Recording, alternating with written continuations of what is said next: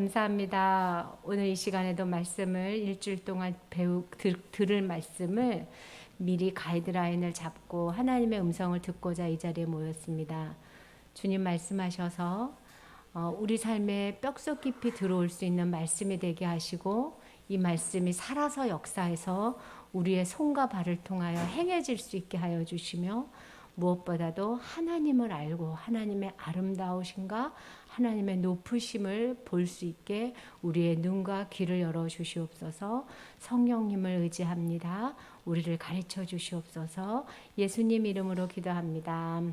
아멘. 지난주에 이사야 4장까지인데 이사야를 제가 설명을 못하고 이게 그냥 가이드라인만 해서 오늘 잠깐만 이제 이사야 설명을 해볼게요. 자, 이사야의 주제가 여호와는 구원이시다인데 이사야에서 가장 많이 반복된 게 뭐냐면 이스라엘의 거룩하신 이예요. 그게 몇 번이나 반복되냐면 25번 반복되는데 구약 전체에서 이렇게 많이 반복된 적이 없어요. 그래서 이사야는 어떤 거냐면 거룩하신 하나님이 거룩한 백성을 부르는 내용이에요. 그러니까 거룩이 뭐냐면 다르다라는 뜻이에요.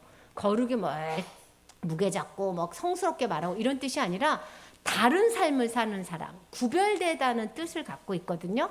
그래서 이사야 전체에서 뭐라고 얘기하면 거룩한 게 뭐냐, 구별되는 게 뭐냐를 이야기를 하세요. 그래서 구별된 사람이 되라고, 그래서 우리를 거룩한 제사장으로 삼았는데 이게 거룩한 제사장으로 살지 못하니까 그런 이야기가 이사야 전체에 들어가 있고, 그래서 오늘은 1장부터 시작해서 원래는 14장까지 읽는 거예요. 5장부터 14장까지. 근데 저는 오늘 1장부터 조금 시작을 해서 12장까지 해드릴게요. 13, 14장은 열방 예고이기 때문에 잠깐 코멘트만 하면 될 것 같아서 그래서 제가 좀 자세히 이야기를 나눴거든요. 서론 부분에서 이스라엘의 죄악상과 그거에 대한 하나님의 토도원 노래가 담겨져 있고요.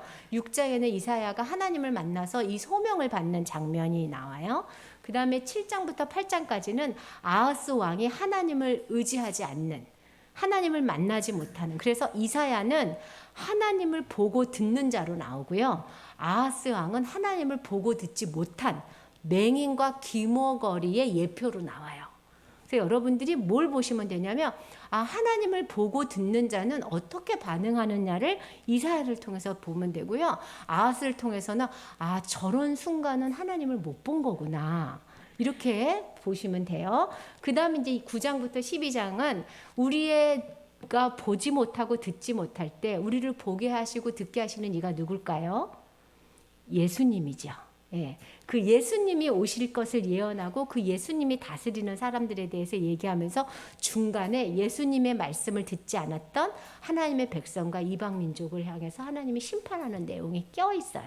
그래서 예수님을 통한 구원을 강조하면서 예수님을 믿지 못하는 심판 내용이 가운데 있어요. 전체적인 그림이 좀 그려지시지요. 네, 대부분 교회에서 큐티들을 해요. 한국교회 전체적으로 큐티를 안 하는 교회는 없고요. 성경을 안 읽는 교회도 없고요. 굉장히 실질적으로 많은 교회가 말씀을 매달리는데 특별히 저희가 2장씩 읽으면서 이렇게 강좌를 하는 건 뭐냐면 큐티를 성경에서 말하고자 하는 대로 하시라고. 내가 감동이 되는 것을 찾는 것보다 정확한 성경 말씀이 뭔지를 읽어내신 다음에 그런데도 불구하고 하나님은 극과 극이지 않으세요. 하나님이 A라고 말씀하시는 본문을 통해서도 나에게는 아주 약한 C라는 본문을 딱 들어오게 하신다고요. 그게 또 나한테 적용이 되고 그러면서 나에게 주신 하나님의 말씀을 찾아내는데 이 A하고 C가 많이 만날수록 정확한 하나님을 만날 수 있어요. 그래서 나에게 주시는 말씀, 본문에게 주시는 말씀을 잘 적용을 하셔서 그래서 가끔 보면 성경에선 그 얘기를 안 하는데 본인이 딴 말을 딱 적용하셔도 맞을 수도 있지만 내내 그렇게 사는 건 염려가 돼서 저희가 그렇게 했으면 좋겠어요. 자, 우리 이사야 1장 한번 볼게요. 1장 펴보세요. 제가 1장 1절, 2절 하다가 들으라 하다가 말았죠. 들으라 그런데 여러분 그 들으라에다 표시를 해야 돼요. 거룩한 백성이 되지 못하게 하는 첫 번째 징조가 뭐냐면 듣지 못하는 거예요. 그래서 영적인 귀머거리가 되면 거룩한 백성이 되지 못해요. 그래서 들어야 되는데 예, 하나님이 이제 땅에어 귀를 기울이라 말씀하시기를 내가 자식을 양육하였는데 그들이 나를 거역하였던가. 이스라엘이 거역했다는 얘기를 하죠. 소는 임자를 알고 나귀는 주인의 구의를 아는데 여호와 알건만 이스라엘은 알지 못해요. 왜 알지 못해요? 보지도 못하고 듣지도 못해서. 그래서 성경을 아무리 읽어도 하나님을 보지 못하고 듣지 못하는 사람은 알 수 없어요. 그래서 하나님이 우리 안에 성령님을 주셔서 알게 하시죠. 그래서 알지 못하고 나의 백성은 깨닫지 못하도다. 그래서 슬프다. 범죄한 나라 허물진 백성이요 행하게 종죄요. 그러니까 하나님을 알지도 못하고 듣지도 못하니까 행위가 부패한 자식이에요. 그래서 그들이 여호와를 버린다는 거예요. 근데 여호와는 누구냐면 이스라엘의 거룩하신 이, 거기다 줄을 치십니다. 이게 25번이 나온다는 거예요. 그래서 이스라엘의 거룩하신 이가 누구를 부르는 거예요? 거룩한 백성을 지금 불러내고 있는 거예요. 근데 그 거룩하신 이를 만홀히 여기면서 너희가 떠나갔다는. 왜? 듣지 못하니까. 그래서 듣지 못하고 보지 못하면 하나님이 뭐 하시냐면 징계하세요. 하나님은 오늘 제가 어린이 설교에 이거 보여드렸죠. 주먹. 그게 징계예요. 징계. 보지 못하고 듣지 못하는데 보고 듣게 하려고 징계하시는데 얼마나 많이 징계하셨냐면 5절에 보니까 매를 더 맞으려고 하느냐. 이미 때렸다는 거야. 매를. 이스라엘에게 폐역을 거듭하느냐. 온 머리는 병들었고 온 마음은 피곤하고 발바닥에서 머리까지 성한 곳이 하나도 없이 맞아서 새로 맨날 맞은 흔적뿐이었거든. 너희가 기름으로 싸매어지지를 못한다는 거예요. 왜요? 회개하지 못하니까, 듣지 못하니까, 보지 못하니까.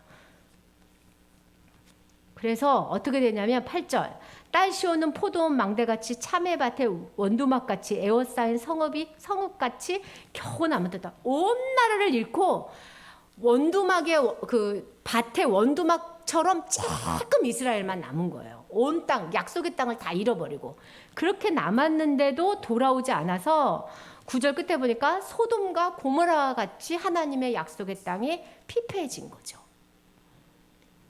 10절 너희 소돔의 고모라들아 여호와의 말씀을 들을지어다. 또 나오죠. 그래서 여러분 이 이사야를 들을 때 들을지어다라는 말씀에 귀 기울이시고 이 본문을 잡고 읽다가 감동이 될 때는 멈추셔야 돼요. 집사님 성경을 읽다가 감동이 되면 딱 그 자리에 멈춰서 바로 기도를 해야 돼요. 하나님 내가 듣겠습니다. 날 좀 도와주세요. 내가 하나님을 보이지 않는 손이 보이게 해주세요. 이렇게 기도를 하고 그리고 하나님 내가 못 듣는 건 뭐예요? 하고 묻고. 이게 큐티예요. 묻고 거기다가 코멘트 쓰고 하나님 내가 못 듣는 거 알려주세요 하고 막 이렇게 읽고. 그래서 읽다가 어떤 마음이 딱 오면 멈추셔야 됩니다. 예, 성경 읽기하고 큐티의 차이점을 지금 얘기하는 거예요. 자, 하나님은 어떤 분이세요? 여기까지 보니까 이스라엘의 거룩하신 분, 또 말 안 들으면 때리셔라도 데리고 가시는 분. 어디까지 때려요? 네, 온 머리부터 발끝까지 상처뿐이 없을 때까지 성실히 때리시는 분. 또 어떤 분이에요? 듣기를 간절히 원하시는 분. 이렇게 찾아내시는 거예요. 네, 제가 큐티하는 거를 조금 짚어드렸어요. 여호와의 말씀을 들을지어다 너희 고모라의 백성들아 우리 하나님의 법에 귀를 기울이었도다. 그러면서 이 사람들이 듣지 않아서 하는 첫 번째 행위가 뭐냐면 예배를 예배처럼 못 드려요. 제사를 제사처럼 못 드려요. 듣지 않는 백성의 특징이에요. 그래서 11절에 너희의 무수한 재물이 내게 하나도 기쁘지 않다. 나는 순양의 번제와 살찐 주새의 기름에 배불러. 너희들 드리는 이미 예배에 내가 배가 불렀고 나는 수송아지 어린 양이나 순염새 피를 기뻐하지 않는다. 너희들이 바치는 모든 재물이 하나도 기쁘지 않다는 거예요. 왜? 재물이 재물답게 나오질 못해서. 듣지 못하는 백성은 제대로 된 재물을 못 드려요. 그러면서 12절에 내 마당만 밟을 뿐이라는 거예요. 너희 마음은 하나도 오지 않고 너희 귀는 하나도 오지 않고 마당만 밟고 헛된 재물을 다시는 가져오지 마라. 끝에 보면 성애와 아울러 악을 행하는 마음을 내가 견디지 못하겠다는 거예요. 여러분 있잖아요. 이 당시에는 이스라엘 백성도 제사를 드렸고요. 이방 백성도 제사를 드렸어요. 모든 사람이 제사를 드렸어요. 그런데 이스라엘 백성과 이방 백성의 제사가 차이가 있어야 돼. 거룩인 건 달라야 된다는 뜻이잖아요. 자, 이방 백성은 왜 제사를 드렸을까요? 우상한테. 이방 백성들이 왜 우상한테 제사를 드렸을까요? 자기 신한테 잘 보여서 복을 받으려고. 다산의 축복을 받고 재물의 축복을 받고 자식의 축복을 받으려고 제사를 드렸어요. 그러면 하나님의 백성은 다르게 예배드려야 돼요. 그래서 하나님의 백성은 왜 예배를 해야 돼요? 복을 받고자 예배를 드리는 게 아니라 구원의 감사로, 오늘 목사님 설교로 구원의 감사와 찬송으로 예배하는 거거든요. 근데 하나님의 백성이 제사를 드리러 오면서 뭐 어떻다는 거예요? 이방하고 똑같이 자기의 복을 위해서 예배를 드린다는 거예요. 그러면 어떻게 되냐면 지극히 삶이 어떻게 되냐면 자기 중심적으로 바뀌어요. 자기를 위한 삶으로. 그래서 이 사람들이 어떻게 되냐면 맨날 월삭도 드리고 예배도 드리고 맨날 하지만 고아와 과부를 위한 삶을 살아내지를 못하고 자기를 위해서 포악을 행하는 사람으로 삶이 오염이 되어 있어요. 그럼 이방과 전혀 같지 않는 거예요. 구별이 상실되는 겁니다. 그래서 여러분 예배가 실패하면 삶은 자동으로 실패해요. 내가 예배를 잘 드렸는데 삶이 잘 안 따라와요. 여러분 이거는요 따라오게 되어 있어요. 천천히 따라오지만 사람이 잘 변화가 안 돼서 반드시 살아있는 예배를 드리는 자는 반드시 삶이 내가 아니라 타인을 향한 방향으로 나가게 되어 있습니다. 그 이야기를 지금 하는 거예요. 그래서 하나님이 14절 끝에 보면 내게 너무 무겁대. 너희들의 이 제사가 복을 주세요 하고 막 정성껏 드리는 예물에 내가 무겁다는 거예요. 그러면서 15절 너희가 손을 펼 때에 기도한다는 거죠. 내가 내 눈을 너희에게 가리고 너희가 많이 기도할 때도 내가 이제 듣지 않아. 왜? 니네 손에 피가 가득해. 다른 피가 가득한 우리 무슨 큰 악행이 아니에요. 우리 손으로 하는 일이 모든 게 누구를 위해서? 나를 위해서 하기 때문에. 그게 하나님 손에는 피로 보이는 거예요. 14절. 여러분 제가 여기서 이렇게 강단에서 설교를 하고 저 위에서도 이렇게 하고 우리 음식도 하고 우리가 뭐를 할 때 정말로 나는 하나님을 위해서 한다고 생각을 했는데 가끔 집에 가서 보면 이럴 때 느껴요. 반응이 별볼지 않은 거지. 강의를 했는데 그러면 집에 가면서 할렐루야 그럼에도 불구하고 주님이 영광 받으셨을 줄 믿습니다. 이렇게 기도를 안 하고 에이씨 이렇게 되는 거야 마음이.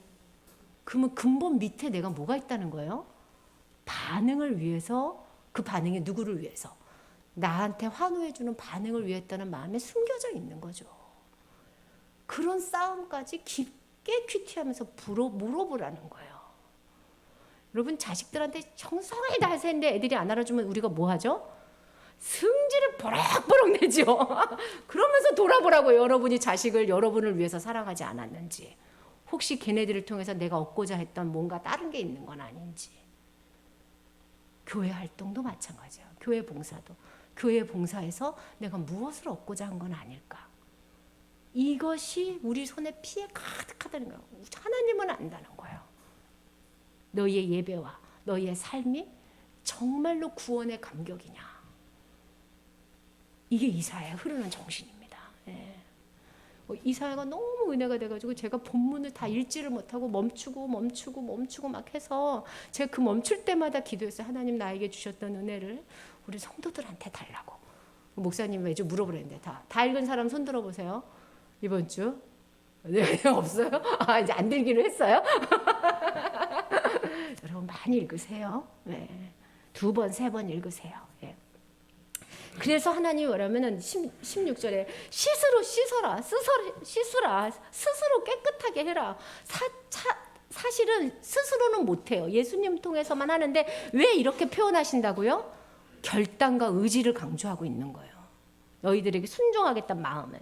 너희 악한 행실을 버려 선행을 배우고 정의로 가고 이제 예배가 회복되면 이렇게 삶이 되는 거예요. 학대받는 자를 위해 도와주고 고아를 위하여 신원하고 과부를 위해서 변호하고 어려운 자를 위해서 향해 나가는 거예요. 니네 삶의 방향이.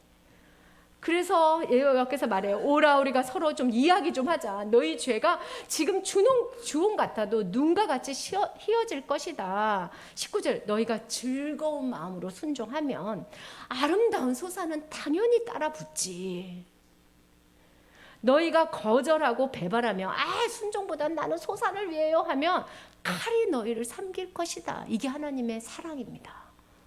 우리가 주님을 배반하는데 가만히 안 놔두고 칼로 따라오는 거예요. 그래서 21절에 신실하던 성읍이 어찌 창기가 되었느냐, 살인자분이구나. 22절에 포도주에는 물을 막 섞어서 이익을 보려고 계속 속임수를 쓰는 거예요. 예. 23절 내 고관들은 패역하다. 고아를 위해서 신원해 주지 않는구나. 그러면서 24절에 여호와 이름 앞에 뭐가 붙어요? 만군의 여호와. 여러분 만군의 여호와라고 나오는 순간 여러분 뭘 생각하면 아 하나님 지금 전쟁하시는구나. 딱 이렇게 생각하셔야 돼요. 전쟁의 하나님이 어떻게 하시냐면 원수에게 보복을 하는데 그 원수 안에 이스라엘이 들어가 버린 거예요. 내가 내 손을 내게 들여서 찌꺼기가 잿물로 씻듯이 녹여서 정결하고 혼잣물을 제거하고 본래와 같이 회복할 것이다. 그래서 신실한 고리라고 다시 부를 때까지 내가 너희를 어떻게 할 거라고요? 너희랑 싸울 거라는 거예요. 만군의 여호와가 너희랑 전쟁할 거라는 거예요. 여러분 하나님은요 우리의 대적을 우리를 위해서 싸우는 분이에요. 여리고성 점령할 때 아시죠? 내가 너를 대체로 싸울 거다. 하나님은 우리를 위해서 싸우는 분인데요. 우리가 불순종하고 하나님을 떠나면 우리를 향해서 싸우는 분으로 바뀌어요. 하나님의 사랑에. 나의 대적을 향해서 싸우는 하나님이 내가 불순종하면 대적을 들어서 나를 공격하세요. 그게 만군의 하나님이에요. 왜? 완전히 회복하게 해주려고. 우리를 망하게 하려고 하는 게 아니라. 그래서 제가 어린이 설교 때 두 개 다 사랑이다. 그런 마음으로 읽으시면 됩니다. 27절 시온은 정의로 구속함을 받고 돌아온 자들은 공의로 구속함을 받는데 그렇지만 돌아오지 않는 패역한 자와 죄인은 다 망할 것이다. 31절 강한 자는 사물하기에 갖고 그 행위는 불티같이 함께 탈 것이고 끌 사람이 없을 것이어서 하나님의 진노의 심판이 활활 타오게 된다는 거예요. 패역한 자들에게. 2장 아모스의 아들 이사야가 받은 유다와 예루살렘의 말씀입니다. 자, 2장 1절부터 4절은 예수님에 대한 이야기를 해요. 자, 이렇게 심판하는 예수님의 그것이 2장 2절 만일에 여호와의 전에 산의 모든 꼭대기에서 굳게 설 것이며 모든 작은 산 위에 뛰어나서 만방이 그리로 모여들 것이며 이제 예수님 앞에서 온 성도들이 모이는 거예요. 우리 미가에서 봤던 거랑 똑같은 말씀이 나오는데 3절 오라 우리가 산에 오르자 하나님의 전에 이르자 우리를 가르칠 것이다. 율법이 시온에서 나올 거고 예루살렘부터 나올 것이다. 이러면서 이방 백성들이 하나님께 다 온다는 거예요. 마지막 날에. 4절 끝에 다시는 전쟁을 염습하지 않는 평화의 그날이 반드시 올 것이다. 심판 후에. 이미 오신 거예요. 우리는. 이미 하나님이 이 일을 하신 거예요. 그래서 우리가 예수님한테 나와서 예배드리고 있는 이 현장이 바로 2장 3절 현장이에요. 우리는 이방이잖아요. 그래서 5절에 보라 우리가 여호와의 빛 가운데 행하자. 6절 주의 백성 야곱의 족속을 버리신 것은 그들이 동방 풍속이 가득해서 이방인과 더불어 손을 잡아서 언약해가지고 그들을 버렸다는 거예요. 그들이 원하는 거는 은금 가득하고 보화가 가득하고 병거가 가득하고 그런 사람은 우상이 가득할 수밖에 없다는 거예요. 그래서 자기 손으로 짓고 자기 손가락으로 만든 것을 경배하니까 10절 너희는 그들을 용서하지 않아서 하나님이 심판하시면 그들한테 뭐라고 하시냐면 바위 틈에 들어가며 진토에 숨어 여호와의 위엄과 그 광대하심의 영광을 피하라. 세상이 다 망하게 되고 그들이 하나님의 위엄 앞에서 벌벌 떨게 되는 그날이 온다는 겁니다. 그날에 높은 자는 낮아지고 교만한 자는 굴복되고 여호와께서 홀로 높임을 받는 그날이 이미 왔고 아직 완성되지 않았지만 반드시 올 거예요. 그래서 12절에 교만한 자들, 거만한 자들, 자고한 자들에게 하나님이 낫게 하실 거다. 그래서 17절 그날에 자고한 자는 굴복되고 교만한 자는 낮아지고 여호와께서 홀로 높임을 받고 우상들이 완전히 없어지고 사람들이 동굴 속으로 피해서 땅이 진동해가지고 그 위에 하나님의 그의 위엄과 광대하심과 영광을 하나님 너무 무섭다 하면서 막 숨어 들어갈 거라는 거죠. 그래서 22절에 이 땅의 모든 권력자들이 그렇게 다 멸망할 때니 22절 너희는 어떻게 하라고요? 인생을 의지하지 말라. 어떤 누구도 두려워하지 마세요. 하나님은요, 우리가 사람 앞에 두려워하는 거 싫어하세요. 쫄지 마세요. 내 백성이 나를 의지하는데 왜 쪼냐? 두려워하지 말고 걱정하지 마세요. 여러분의 노후를 너무 걱정하지 마세요. 주님을 의지하지 않는다고 생각하세요. 그의 호흡은 코에 나지 생활 가치가 어디냐? 인생을 왜 의지하느냐? 3장. 그래서 너희가 의지하는 모든 것을 버린다는 거야. 3장부터는. 너희가 주 만군의 여호와께서 지금 계속 싸우고 있는 거예요. 우리가 의지하는 것들과 예루살렘과 유다가 의뢰하며 의지하는 것을 다 버리게 할 거라는 거예요. 그가 의지하는 모든 양식, 모든 물, 용사, 재판관, 선지자, 복술자, 귀인, 장인, 요술자, 이거 본문 읽을 때 혼자서 큐티하실 때 그래 이런 거 의지하면 안 되지 이렇게 읽으시면 집사님들 성령 안에서 읽는 게 아니에요. 그 옆에 나는 무엇이 내 삶의 의지인가 총총히 써서 내려가시기 바래요. 성령님 가르쳐 주세요.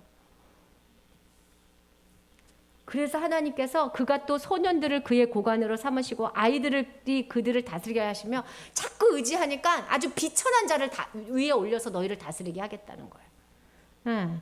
5절에 백성이 서로 학대하고 이웃을 괴롭히고 아이가 노인에게 비천한 자가 존귀한 자에게 교만을 떨 것이다. 그래서 하나님께서 8절에 예루살렘이 망하였고 유다가 엎드려졌으면 그 언어와 행위가 여호와를 거역하며 그의 영광의 눈을 범하였기 때문에 내가 너희를 보복할 거다. 그래서 11절 끝에 그의 손으로 행한 대로 그가 보응을 받을 것이다 라고 하나님 말씀하시는 겁니다. 13절부터 15절까지는요. 지도자들 그 교만한 지도자들을 내가 멸망할 거다 얘기하는 거예요. 14절 백성의 장로들과 고관들을 신문하러 오시리니 포도원을 삼키는 자는 너희이며 가난한 자에게 탈취할 물이 너희 집에 가득하도다. 여러분 아시죠? 우리나라가 굉장히 잘 사는 나라예요. 세계적으로 봤을 때. 예. 굉장히 잘 사는 나라고요. 우리나라에서 밥 먹고 살면 세계적으로 상위 10%인가 15%인가에 들어가요. 여러분은 그런 거예요, 지금. 세계적으로 볼 때. 날마다 먹을 것이 없어서 하루에 한 끼로 사는 세계적인 인구가 굉장히 많아요. 왜냐하면 내가 이 얘기를 왜 하냐면 우리가 그냥 살 때 내가 다른 사람을 괴롭혔다고 생각하지 않아요. 내가 나눠줘야 된다고 생각하지 않아요. 근데 하나님은 온 세계의 하나님이기 때문에 저의 위치를 알아요. 너 상위 10%야. 더더구나 저는 여기 이 나라 대한민국 수도에서 살잖아요. 거의 나는 상위 5%일 거야. 막 이러니까 근데 너 계속 그렇게 네 거라고 생각하느냐. 어떻게 하면 나눌까가 고민입니다. 어떻게 하면 이 욕심을 내려서 나를 궁핍하게 하고 타인을 배부르게 해줄까를 정말 고민이에요. 그 훈련이 제가 참 안 돼 있는 것 같아요. 여러분 우리 같이 해봅시다. 우리 마지막 날 최고로 하나님께 더 도울 수 있도록. 그래서 15절에 내 백성을 짓밟으며 가난한 자의 얼굴을 맷돌질하고 네 배만 배부르겠다고 하는 너희들아. 하나님이 한탄하시는 거예요. 자, 16절부터는 여인들의 사치.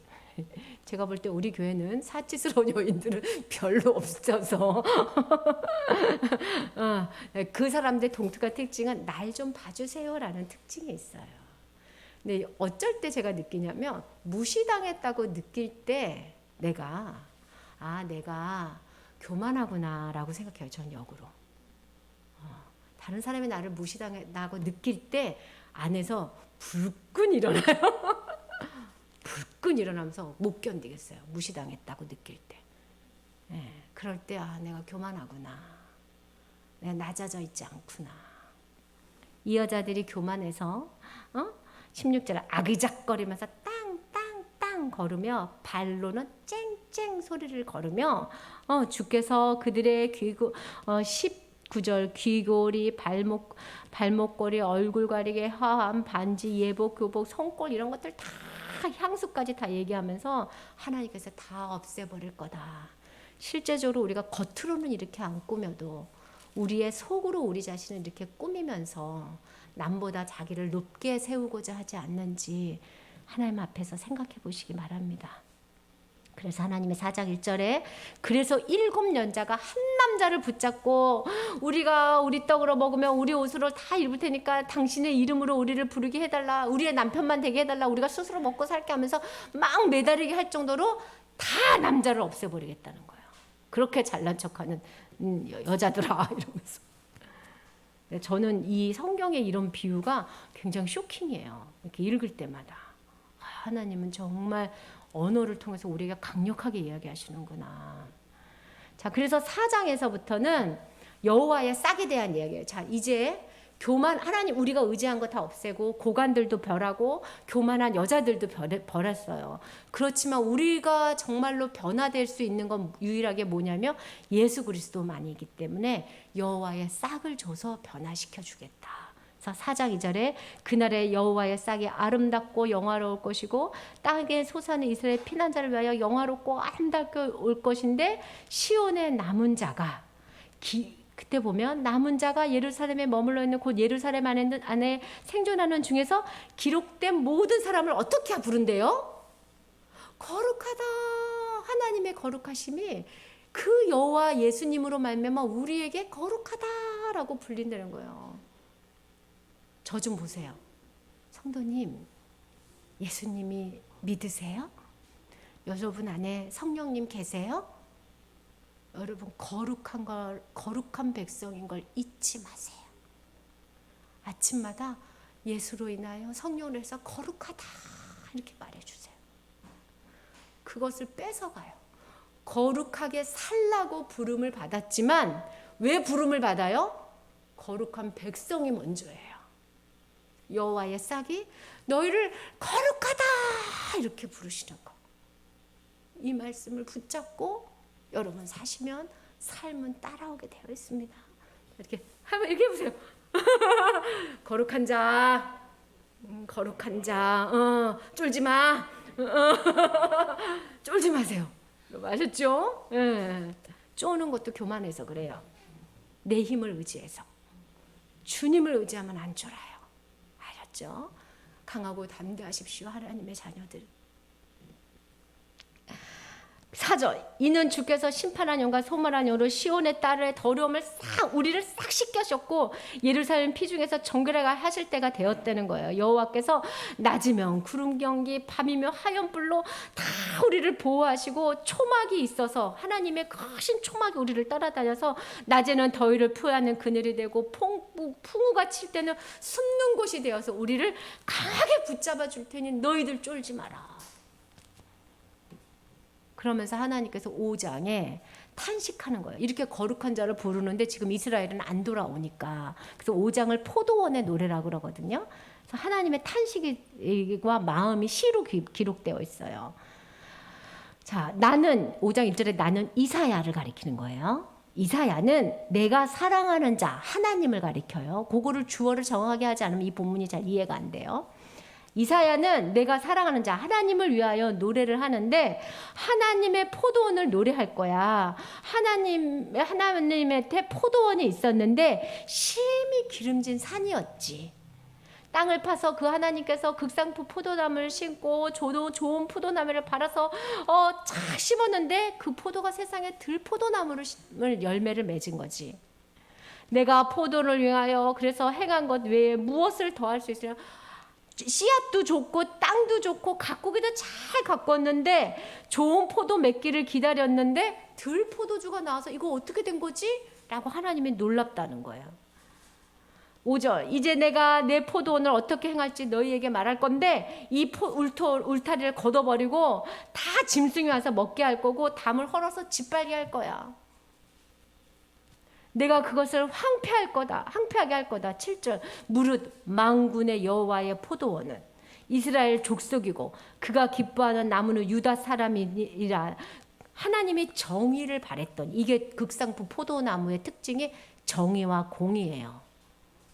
도리어 부르짖음 백성들의 한탄이 쏟아져 나왔다는 거야. 정의와 공의가 깨져서.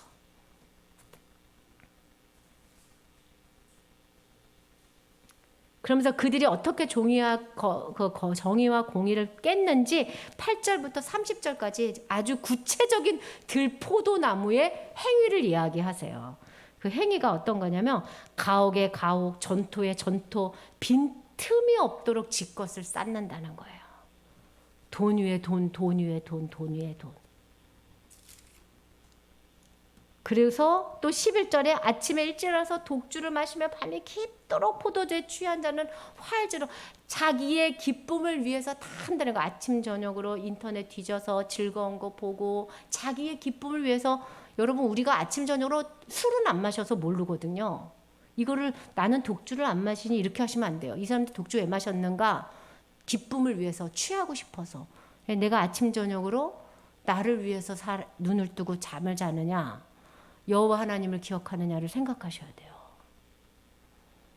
그들이 연애에는 수금과 비파와 소고와 피리와 포도주가 자기를 위해서 별별 다 보는지 다 뒤져서 보는데 여호와께서 행하시는 일에 하나님은 오늘 나를 통해서 무슨 일을 하셨지? 하나님은 뭘 했지? 관심도 두지 않냐고 하나님이 하시는 일을 보지도 못해서 맹인이 되는 거예요. 제가 그랬잖아요. 오늘 어린이 설교에 하나님의 보이지 않는 손이 보이면 축복이라고. 때리는 손도 보면 축복이고요. 축복해주는 손도 보이면 그때부터 축복이에요. 영적으로 안 보여요, 우리가. 그래서 18절에 거짓의 끈으로 삼아 죄악을 끄며 술의 줄로 죄악을 끄는 자는 다 거짓으로 산다는 거예요. 거짓을 하는데 자기가 거짓으로 사는지도 몰라. 죄를 짓는데 죄를 짓는지도 몰라요. 그래서 20절에 뭐라고 얘기하냐면 악을 선하다 그러고 선을 악하다 그러고 막 혼돈돼서 사는 거예요. 자기가 하는 일은 다 선하고 남이 하는 일은 악하고. 그래서 21절에 그 사람들은 스스로 아유 저런 것도 왜 절 몰라? 이렇게 말한다는 거예요. 스스로 자기를 지혜롭다 한다는 거예요. 명철하다. 내가 너희를 그런 자는 화 있을진저다. 21절 포도주를 마시기에 용감하고 독주를 잘 비는 자는 화 있을진저를 6번 반복하시거든요. 그래서 6번 반복하면서 쭉 보시면 됩니다. 24절부터는 하나님의 그런 자를 향한 하나님의 극한 노여움이 표시되어요. 이로 말미암아 24절 30절까지 하나님의 노여움입니다. 불꽃에 구루터기를 삼킬 것 같이 마른 풀이 불 속에 떨어짐 같이 그들의 뿌리가 썩고 꽃이 티끌처럼 날아갈 것이다. 26절 먼 나라를 불러서 땅끝에서부터 자기에게 오실 것이다. 예, 전쟁이 터지는 거예요. 이런 나라에게. 예, 하나님을 떠나서 하나님께 관심이 없으면 사방에 우겨싸임을 당해요. 6장 그래서 이사야가 하나님을 만나는 장면이 소개됩니다. 6장은 이사야가 하나님을 만나는 장면, 7, 8장은 아하스가 하나님을 만나는 장면. 이사야는 영적인 눈이 열리는 장면, 아하스는 듣지 못하고 보지 못하는 것. 이렇게 보시면서 들어볼게요. 6장 1절 우시야 왕의 죽던 해에 내가 본즉 주께서 높이 들린 보좌에 앉았는데 옷자락이 성전에 가득해서 영적인 눈이 띄어가지고요. 하늘 성전을 본 거예요. 이사야가. 근데 이 표현이 계시록 표현하고 똑같아요. 그래서 스랍들, 세라핌, 천사들이 쫙 모시고 섰는데 각기 날개 6개. 여러분 각기 날개 6개 하면은 떠오르는 성경책 이름이 있으세요 혹시? 최근에 들은 설교? 에스겔. 네, 제가 그 그림 보여드렸잖아요. 날개 6개 있는 애들. 그 에스겔에 하나님이 타고 내려오신 걔네들이 날개 6개거든요. 그 얘기하는 거야. 날개 6개가 둘로 자기 얼굴을 가리고 둘로 자기 발을 가리고 둘로는 이렇게 펴면서 걔네들이 뭐라고 하고 얘기한대요.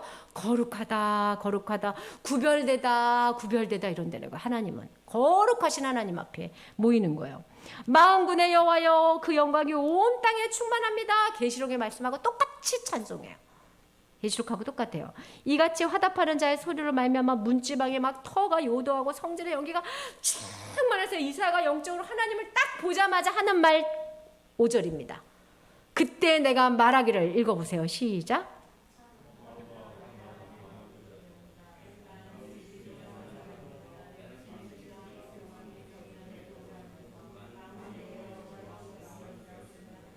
네, 별 3개, 별 3개. 하나님을 영적으로 본 자의 독특한 특징, 자기의 죄를 고백합니다. 나는 죽겠구나. 나는 망하겠구나.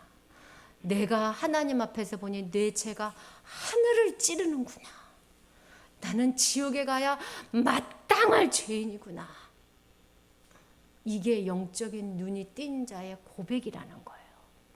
여러분의 기도 속에 이런 고백이 얼마나 있습니까? 보세요. 하나님은요, 우리에게 거룩하게 살라고 얘기해요. 근데요, 거룩하게 하나님의 기준으로는 살 수가 없어요. 다른 사람의 눈에 봤을 때, 좀 다르다라고 살 수 있는 거예요. 우리가 성령의 도우심으로 살아도. 성령의 충만함을 입어도 완벽한 거룩에는 이르지 못해요. 그래서 하나님을 딱 대면하면 사도 바울도 나는 죄인의 괴수예요. 여러분, 사도 바울이요, 미친 사람처럼 주를 위해 살았어요. 그가 하나님 앞에서 나는 죄인의 괴수여라고 고백한 건 그의 영적인 눈이 튀어서 자기가 하나님 앞에서 어떤 존재라는 걸 알는데, 우리가, 나는 솔직히 말해서 영적인 눈이 안 튀어도 알겠어요.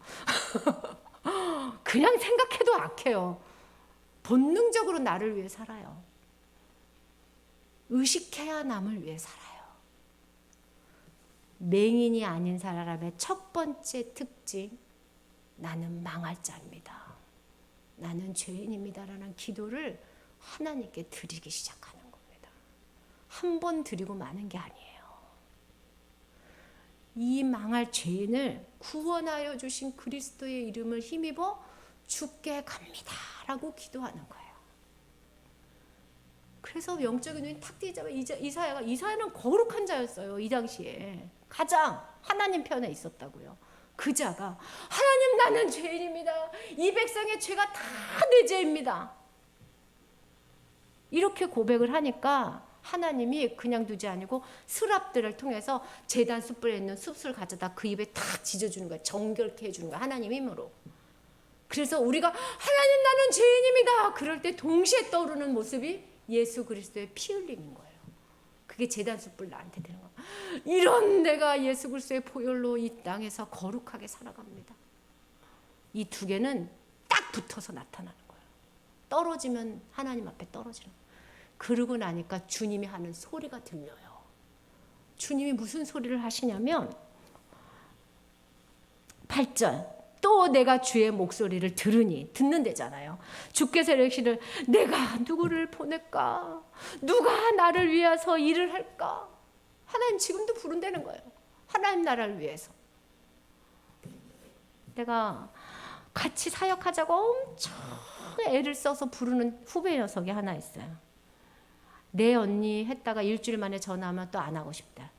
내 언니 했다가 한 달, 일주일 만에 전화하면 하고 싶지 않대. 네, 그래서 내가 전화하기를 포기하고 주께 기도했어요. 주의 소리를 들으라고. 누가 나를 위해 갈까? 그러니까요. 이사야가 들으니까, 보고 들으니까 내가 가겠습니다. 그랬더니 하나님이 말씀하시기를 9절에 네가 가더라도 이 백성은 듣기는 들어도 깨닫지 못하고 보기는 보아도 알지 못해. 맹인이야. 귀머거리야. 네가 가도 사역의 열매는 하나도 없을 거야. 이 백성의 마음이 둔하여 귀가 막히고 눈을 감기게 해라. 차라리 보고 듣고 봐서 돌아와서 고침을 받을까 봐 이제까지 얘기도 안 됐는데 이젠 차라리 너 포기하고 하라는 거예요. 오히려 내가 돌아올까 봐 염려된다는 거예요. 그래서 11절에 하나님 어느 때까지 그래야 됩니까? 막 그러니까 13절에 10분의 1이 아직 남아있을 때까지도 다 그렇게 될 것인데 거룩한 시 예수 그리스도를 통해서 다시 한번 일어날 거야. 그래서 여러분, 구약 성도는 우리 시대를 너무 부러워했어요. 예수 그리스도의 씨를 가지고 일어난 우리 세대는, 구약 성도들에게는 천국과 같은 시대예요. 우리가 이미 온 천국에서 사는. 여러분, 우리 여기가 어디예요? 천국입니다. 잊지 마세요.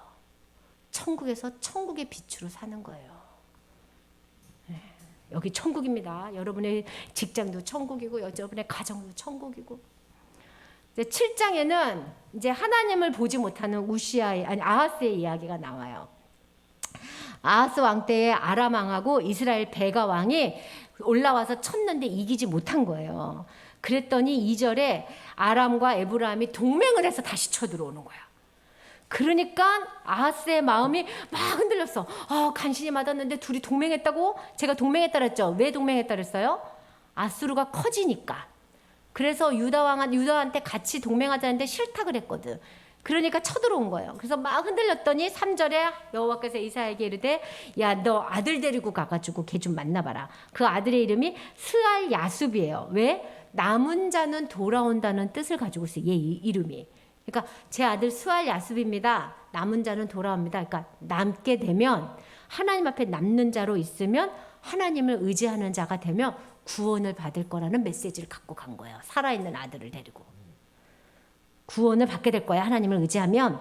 근데 걔가 어디냐면 음모 수도 끝 세탁자의 밭 큰 길에 나가서 아하스를 만나려는 거예요. 거기 장소가 그렇게 구체적으로 기록된 건 뭐냐면 아하스의 상태를 가르쳐 주는데 여기가 어디냐면 전쟁이 나면 제일 급한 게 물이에요.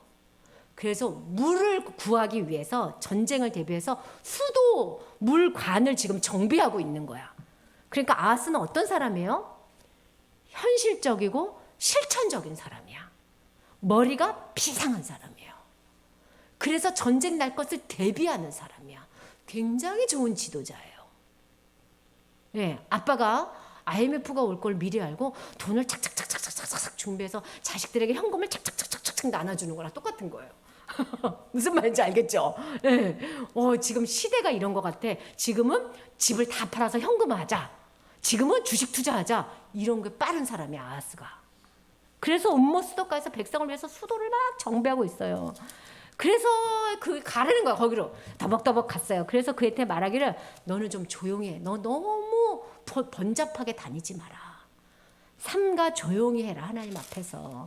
르신과 아람과 르알리의 아들, 그러니까 아람왕과 이스라엘 아이들은 연기 나는 부죽갱이야. 다 죽어가는 거야.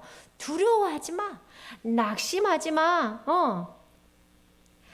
그들이 6절에 우리가 유다를 쳐가지고 다부엘의 아들을 그 중에 세워서 왕으로 삼자라고 말했지만 8절 끝에 보면 65년 내에 이 나라들은 망할 거야. 그러니까 두려워하지 마라. 9절 끝에 보면 만일 너희가 굳게 믿지 않으면 너희가 굳게 서지 못할 거니까 굳게 믿어라 라고 얘기했어요.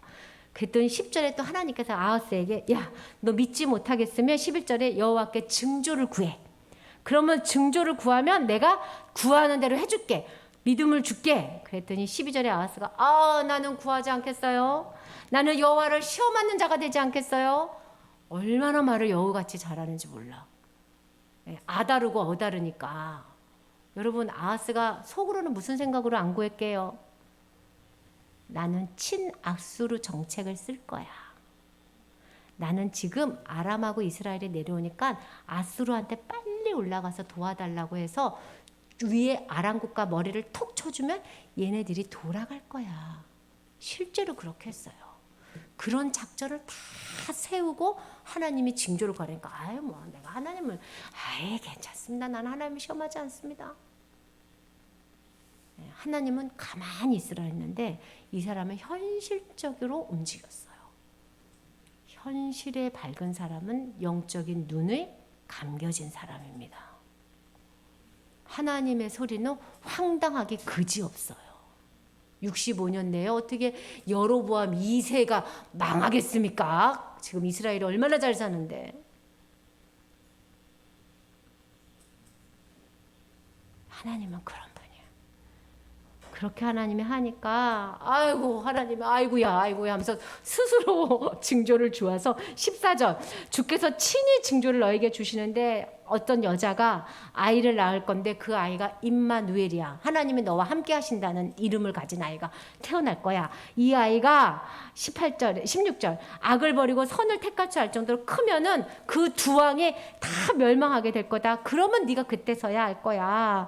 그러면서 17절 끝에 아스루 왕이 오는 날에 그 두 나라가 다 망할 것이다 라고 예언을 딱 해주지만 아하스가 어떠죠? 전혀 듣지 않죠. 8장. 그래서 하나님께서 큰 서판을 8장 1절 가지고 통역 문자로 마할살랄 하스바스라고 쓰려는데 이게 뭐냐면 곧 노략해 간다는 거예요. 곧 아수르가 쳐들어온다는 거예요.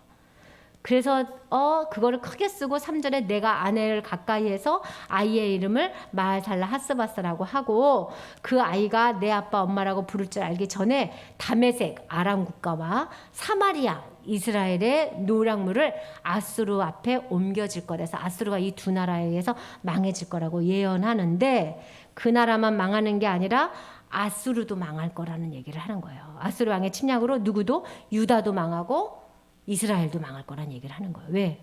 맹인과 귀머거리가 돼서. 그 사람들이 어떻게 살았냐면 6절 이스라엘이 이 백성이 천천히 흐르는 실로와 물을 버리고 날마다 일어나는 일상에서의 감사를 잃어버리고 오늘도 감사하고 내일도 감사한데 무뎌져서 잃어버리는 거예요. 7절 그러므로 주 내가 흉흉하고 창이란 큰 하수 곧 아수르 왕과 그의 모든 위력으로 그들을 덮을 것이다. 8절 유다가 들어와서 가득하며 목에까지 미치리라. 임마누엘여 그가 펴는 날개 아래 내 땅에 가득하라. 그래서 하나님께서 다 심판하신다는 이야기를 8장에서 하고 계십니다. 그래서 하나님이 원하시는 건 12절이에요. 백성들아 누가 반역자가 있다 말아 해도 너희들이 어머 반역자가 있대 이렇게 말하지 말고 그들을 두려워하는 것을 너희가 두려워하지 말고 증권이 잘 된대 아파트 값이 오른대 이 학원이 좋대 이렇게 말해 너희들 떠들어 댕기지 말라는 거야. 그들이 쫓아다니는 걸 쫓아다니지 말고 13절 만군의 여호와 그를 너희가 거룩하다 거룩하신 나의 하나님 그를 너희가 두려워하면서 무서워할 자로 삼아라. 그가 너희의 성소가 되어줄 거야. 그래서 16절에 이 증거의 말씀을 싸매며 율법을 네 제자들 가운데 봉합하라는데 왜 봉합할까요? 들어도 보아도 믿지 않으니까 딱 짬매버리는 겁니다. 그래서 19장부터 12장까지는 제가 오늘 엄청 말을 많이 했나 봐요. 진도가 늦었네요. 구원과 심판이 왔다 갔다 하는데 1절부터 7절까지는 여호와의 메시아에 대한 탄생입니다. 자, 메시아는 어떤 분이냐면 6절 한 아이가 낳는데 우리에게 주신 바 되었는데 그 어깨에는 정사를 메었고 그 이름은 기묘고 무사고 정능하신 하나님이고 영존하신 아버지고 평강의 왕이고 정서와 평강이 너에게 무궁하고 다윗의 왕자가 그의 국림하시며 그 나라를 굳게 세우시고 이후로 영원히 정의와 공의로 보존하실 것이다. 만군의 여호와의 열심히 한 아이를 너희에게 보낼 것이다. 그 아이가 우리 속에 들어와 계십니다. 그래서 9절에 모든 백성 곧 에브라임과 사마리아는 교만하고 완악한 마음으로 뭐라고 떠드냐면 벽돌이 무너졌지만 우리가 다시 돌로 쌓자 자기 이름으로 일어나자 한다는 거예요. 그래서 12절에 그들의 모든 입을 벌려 이스라엘을 삼키라 그리할지라도 여호와의 진노가 돌아서지 않을 것이다 해서 여기서부터는 이스라엘을 향한 하나님의 진노를 쫙 베푸면서 하나님이 진노를 하지만 돌아서지 않을 거다라고 얘기하는 게 10장 2절까지예요. 10장 5절부터는 아수르가 심판다는 얘기예요. 아수르 왕은 화가 있을진저 그는 내 진노의 막대기요 내 손의 몽둥이라. 하나님이 아수르를 통해 들어가지고 온 나라에게 진노를 베푸셨거든요. 근데 하나님의 생각은 어떤 거였냐면 6절에 내가 그를 보내어 경건하지 아니한 나를 치게 하려고 했는데 아수르 생각은 어떠냐면 7절에 그의 뜻은 이 같지 아니하고 그의 마음에 허다한 나라를 파괴하려고 들었다는 거예요. 그러면서 그 아수르가 무슨 생각을 했냐면 13절 그의 말에 나는 내 손의 힘과 내 지혜로 이 일을 행할 거야. 나는 총명한 자야. 열국의 경계를 다 걷어치우고 내 나라를 만들 거야 라고 아수르가 교만을 떨었다는 거예요. 그래서 15절에 야 도끼가 어찌 찝는 자에게 야 스스로 자랑하며 톱이 어떻게 켜는 자에게 스스로 큰 채 하겠느냐. 그래서 16절 끝에 그의 영화 아래서 불 붙는 것 같이 맹렬히 타게 될 것이다. 그렇지만 20절 이스라엘 남은 자가 야곱의 족속의 피한 자들이 다시는 자기를 친자를 의지하지 않고 이스라엘 의지하지 않고 아수르를 의지하지 않고 이스라엘의 거룩하신 여호와를 진실되게 의지할 것. 그래서 남은 자의 특징은 하나님을 의지하는 자입니다. 남은 자, 곧 야곱의 남은 자가 하나님께로 돌아올 거라 하던 얘기를 합니다. 다른 얘기도 다 그렇게 하시는데 11장에 다시 여호와의 영에 대한 이야기를 하시거든요. 우리 안에 있는 여호와의 영. 여러분 이거를 잘 기억하셨다가 이사야가 말하는 이 예언의 예수님이 지금 우리에게 실천되어 있거든요. 여호와의 영이 내 안에서 실제적으로 어떻게 역사하시는지 좀 점검하셨으면 좋겠어요. 2번 큐티엘. 예. 자, 11장 1절. 이새의 줄기에서 한 싹이 나며 그의 뿌리에서 한 가지가 나서 결실할 건데 그 위에 여호와의 영 곧 우리 안에 있는 여호와의 영은 지혜와 총명이고요. 묘락은 상담이라는 데야. 상담해 주시고 재능을 주시는 영이고요. 지식과 여호와를 경외하는 영이에요. 그래서 이 영이 우리 안에 있기 때문에 우리를 어떻게 만드냐면 지혜 있고 총명하고 상담이 가능하고 재능 있고 지식 있으며 여호와를 경외하는 자로 우리를 바꿔내시는 게 성령의 임하신 사람의 특징이에요. 이게 실제적으로 여러분 안에 있는 역사예요. 그래서 여러분 다른 거 하나도 없어. 성령님을 의지해서 성령 충만해지면 그냥 주의 손에 붙들려서 이렇게 사는 거예요. 그런 사람의 특징이 뭐냐면 여호와를 경외하고 싶은 마음으로 장착이 돼요. 인생에 장착이 돼서 내가 하나님을 경외하고 싶어요. 하나님을 경외하고 싶어요. 자꾸 중얼거려요. 근데요, 하루를 살다 보면 자꾸 잊어버리죠. 그래서 사람은요, 각자 여호와를 섬기는 신념을 가질 필요가 있어요. 나는 식기도 할 때 성령 충만을 위한 기도를 반드시 하겠다. 나는 아침 저녁으로 눈 뜰 때 하나님한테 먼저 말하고 하나님한테 굿나잇 인사를 하고 자겠다. 나는 화장실에 갔을 때 오늘 큐티를 반드시 다시 한번 묵상하겠다. 이런 행위적인 걸음을 거시고 거기에 은혜를 더하시고 발전해 나가시는 겁니다. 그런 거를 스스로 정결케 하려고 하는다라고 얘기하시는 거예요. 그럴 수 있는 힘을 여호와가 주세요. 이번 큐티 때 여러분 성령으로 여러분 자신을 걸어가는 그래서 하나님 내가 정말 여호와 영이 충만해서 여호와를 경외하는 자로 누구에게든지 보이게 해달라고. 그래 기도하시면 되겠어요. 그래서 11장 10절부터 16절은 그런 약속된 자들이 하나님 앞에서 구원받을 거라는 이야기를 해주는 거고요. 12장에서는 하나님의 구원 사역을 찬양하는데 12장이 하이라이트예요. 13장부터 35장까지는 열방에 대한 심판 얘기가 나와서 12장까지 여호와의 구원 사역을 한번 노래로 딱 점검을 하시거든요. 그래서 13장, 14장은 바벨론에 대한 경고고 그 뒤에 뭐 두로에 대한 경고, 아수르에 대한 경고 쭉 나와요. 근데 12장은 앞에 있던 모든 것을 축약으로 담고 있는 찬송이에요. 한번 우리 다 같이 이제 제가 읽어볼게요. 그날에 너가 말하기를 여호와여 주께서 전에는 내게 노하셨으나 이제는 주의 진노가 도로섰고 또 주께서 나를 아니하시니 내가 주께 감사합니다라고 말할 것이다. 그러면서 2절 보라 하나님은 나의 구원이시라 내가 신뢰하고 두려움 없으리니 주 여호와는 나의 힘이시고 나의 노래시고 나의 구원이시라.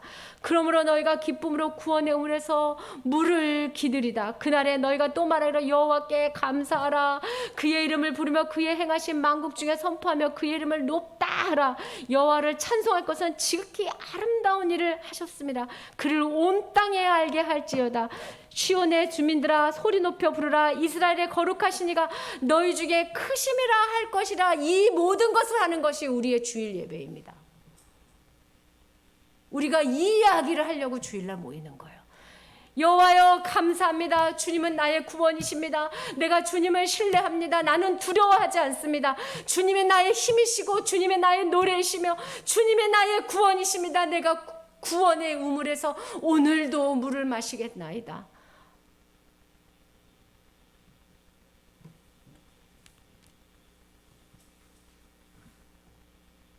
이런 찬송이 있는데 여러분 아세요? 이 찬송 한번 찾아보세요. 보라 하나님은 나의 구원이시라. 제목은 그거예요. 보라 하나님은 나의 구원이시라. 내가 의뢰하고 두려움 없으리니 주 여호와는 나의 힘이시며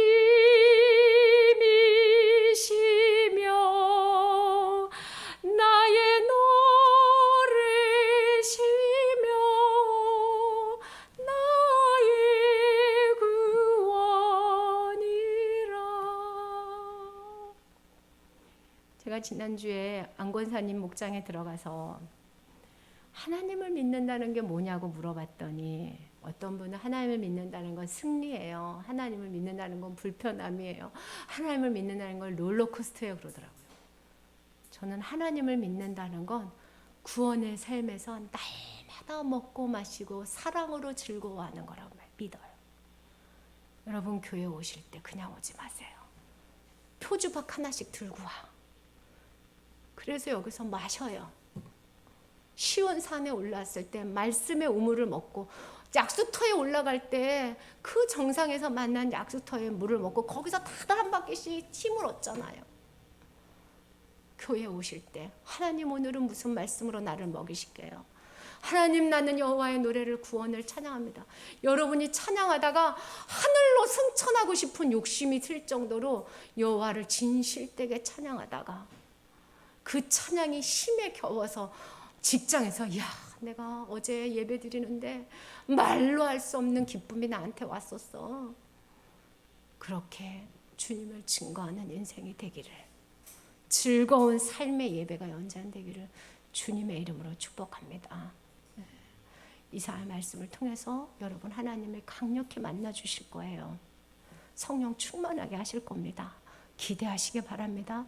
나의 하나님은 구원이십니다. 기도할게요.